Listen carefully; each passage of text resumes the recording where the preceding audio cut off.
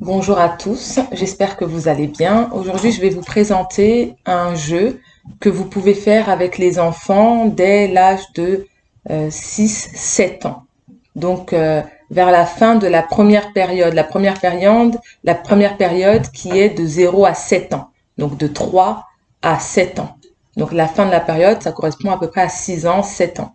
Vous pouvez jouer à ce jeu lorsque l'enfant commence à apprendre à compter. Donc, ce jeu, c'est un jeu que j'ai récupéré grâce à l'organisation Unité Dignité Courage, UDC. C'est UDC qui a créé ce jeu et donc j'ai récupéré ce jeu et je vais donc vous présenter ce jeu. Ça s'appelle Kitumba Mbemba. Donc vous recevez le jeu de cette façon-là avec le gorille des montagnes qui est en voie de disparition. Vous pouvez même dire aux enfants. Et c'est un jeu que je joue avec les enfants au travail et les enfants adorent ce jeu. Donc c'est un jeu où vous allez avoir une notice avec l'explication. Dans l'explication, vous aurez tout dedans avec le. Il y a un nouveau système, il y a un système numérique où à chaque fois pour compter les points, il faudra compter les points grâce au système numérique qui se trouve juste là. Par exemple, ça c'est la queue du buffle qui est représentée et ça correspond à un chiffre. Donc quand vous allez jouer avec ce jeu de cartes avec les enfants, vous allez leur apprendre un nouveau système numérique sans qu'ils s'en rendent compte, parce que le but du jeu c'est pas ça, c'est à la fin quand on compte les points, mais sans qu'ils s'en rendent compte, ils vont apprendre un nouveau système numérique qui est un système totalement africain. Donc voilà. Donc dans ce jeu de cartes, vous avez les animaux. Vous savez que en fait, voilà, ce sont les âmes, ce sont les premières âmes humaines, et vous savez très bien que nos ancêtres ont toujours eu une connexion très forte avec les animaux de la nature, que ce soit à l'époque des Égyptiens où vous voyez que les animaux sont dans les hiéroglyphes. Vous voyez que c'est un système où on utilise beaucoup les animaux. La manière dont on décrivait les dieux, chaque dieu a une correspondance avec un animal. Parfois, on le représente, tantôt on le représente avec un visage humain, tantôt on le représente avec une tête d'animal. Donc, il faut savoir que ce jeu qui est très, très simple, puisqu'il se joue avec des enfants dès l'âge de 6 ans, 7 ans, renferme en fin de compte en lui-même des aspects profonds que nos ancêtres ont toujours utilisés. Aujourd'hui, dans nos villages, ceux qui ont maintenu et gardé la tradition, utilisent toujours, connaissent la valeur et la puissance des animaux totémiques. Vous savez que chaque famille a un animal totémique, chaque clan a un animal totémique, chaque pays a son animal totémique. Et les liens qu'il y a avec les animaux totémiques, vous savez à quel point ils sont puissants, à quel point ils ont fait de notre force tout au long de notre vie, depuis le début de l'humanité jusqu'à aujourd'hui. Donc, ça, c'est un jeu donc qui va pouvoir tout simplement, qui va pouvoir rapprocher les enfants des animaux. Ils vont connaître les aspects qu'est-ce que de l'animal. Les animaux, les enfants d'ailleurs sont toujours connectés avec leurs animaux. Ils adorent les animaux et c'est un jeu que vous pouvez jouer simplement. Donc le but du jeu, il y a plusieurs jeux dans ce jeu, mais je vais vous expliquer une règle. Donc le but du jeu, par exemple, donc vous allez mélanger tous les jeux. Alors attendez. Hop. Je vais mettre juste ça de côté pour vous expliquer. Mais en fait, le jeu, vous avez le mâle et la femelle. Il y a 24 mâles, 24 femelles. Donc par exemple, le varando, vous allez avoir le varando femelle et le varando mâle. Vous allez aussi avoir le varanditaire. Donc, dans un premier temps, vous allez étaler les cartes en fait. De la même manière que vous allez jouer avec un memory, un jeu comme ça. Vous allez étaler les cartes, toutes les cartes comme ça. Vous déposez toutes les cartes sur la table et chacun à son tour avec les enfants, vous allez retourner une carte. Vous ne la montrez à personne, vous la gardez pour vous. Le but du jeu étant de reformer les couples d'animaux.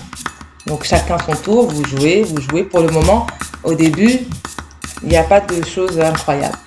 Si jamais vous tombez, donc il y a 48 cartes d'animaux par paire, mais il y a 7 cartes en plus. Donc il y a 3 cartes, parmi les 7 cartes, il y en a 3, ce sont les Bakoulou. Les Bakoulou, ce sont les ancêtres.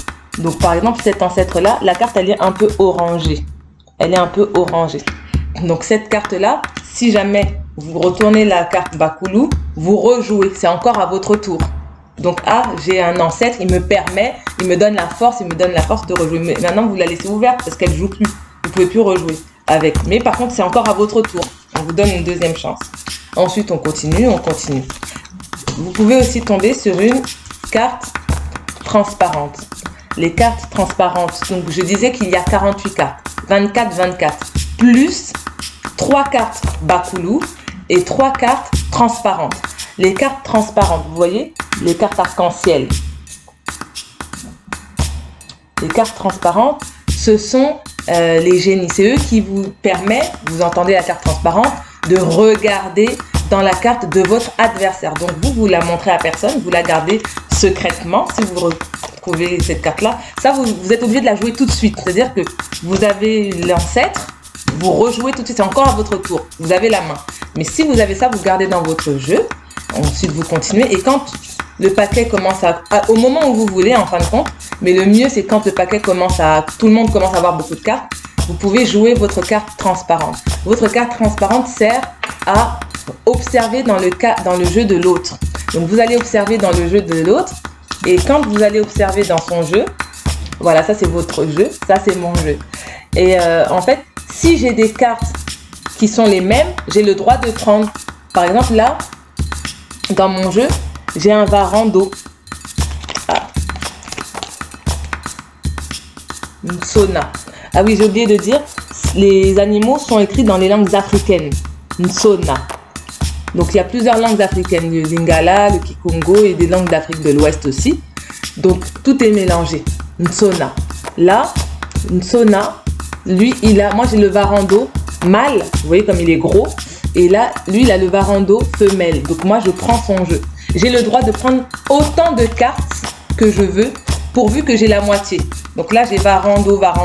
J'ai gagné ça.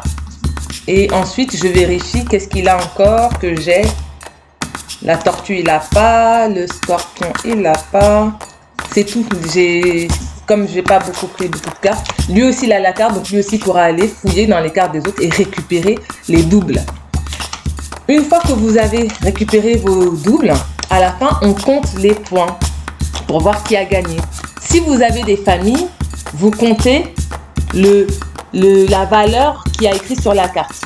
Par exemple, si c'est 10 points, c'est 10 plus 10, vous avez 20 points. Mais si vous n'avez pas des doubles, si vous êtes seul, vous avez des cartes seules sans leur partenaire, alors la carte vaut 1 point. Et à la fin, on compte 20, 21, 22, etc. Et donc, vous avez 24 points par exemple.